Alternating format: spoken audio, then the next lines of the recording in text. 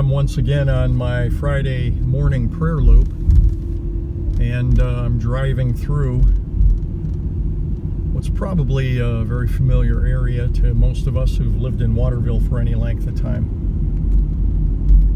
It's called the South End, and now it's a very, very mixed bag of residents that live here, from Section 8 housing to individuals who perhaps have lived here for many decades, usually a couple blocks up from the riverfront here.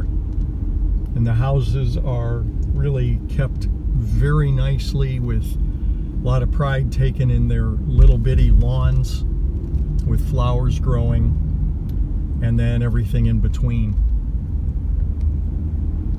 Just this past week, we got a call from a family down here asking for some kind of help because they had just been evicted and were going to have to be out of their home in 24 to 48 hours. And in fact, they were.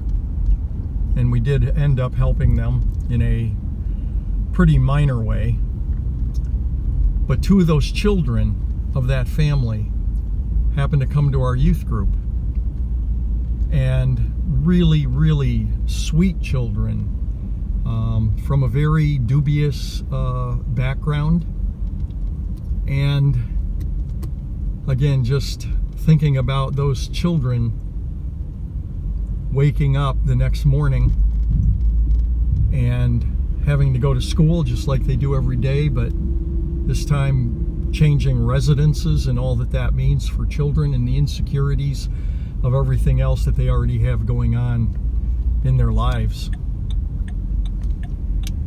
There's so many needs down here, and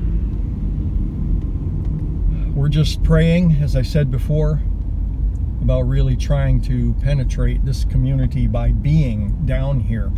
We've been down here by one means or another for well over a decade. And it seems pretty clear that until and unless we are actually centered down here in some kind of way, and I don't even know what that means, that we're not going to be able to have much of an impact. It's just the way it is. So as we're moving to 750, and not just because we're moving to 750, but because they are part of our mission field and they're right in our back door. So let's pray about it. Let's really bear down in prayer about this. The two buildings we were looking at have already been spoken for, so that's out.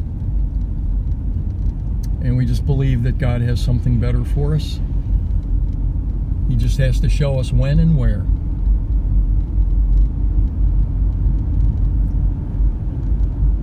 Let's think about it. When the time comes, let's do it.